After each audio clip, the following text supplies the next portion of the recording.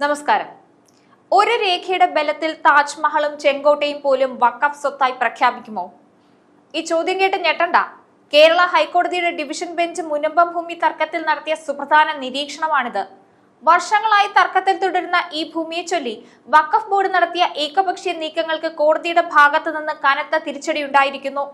വഖഫ് ഭൂമി എന്ന നിലപാട് തള്ളിയ കോടതി രാജ്യത്തെ മതേതര തത്വങ്ങൾ ഉയർത്തിപ്പിടിക്കേണ്ടതിന്റെ പ്രാധാന്യം എടുത്തു പറഞ്ഞു.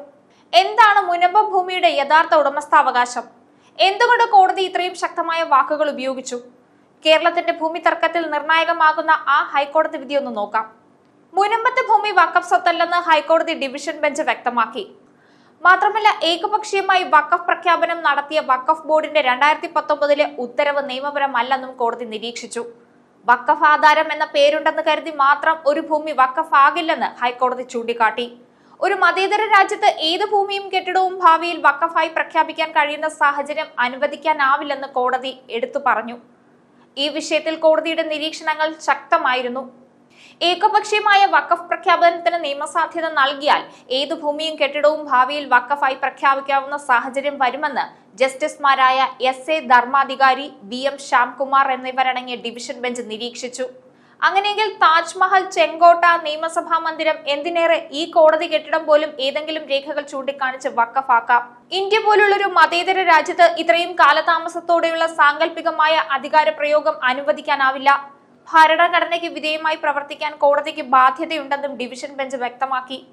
അള്ളാഹുവിനു വേണ്ടി സ്ഥിരമായി സമർപ്പിച്ച ഭൂമിയല്ല മുനമ്പത്തേതെന്നും 1950 ഭൂമി കൈമാറ്റ രേഖകൾക്ക് അത്തരം ഒരു ഉദ്ദേശം ഇല്ലെന്നും ഫാറൂഖ് കോളേജ് മാനേജ്മെന്റിന് നൽകിയ ഭൂമി വഖഫ് അല്ലെന്നും കണ്ടെത്തി.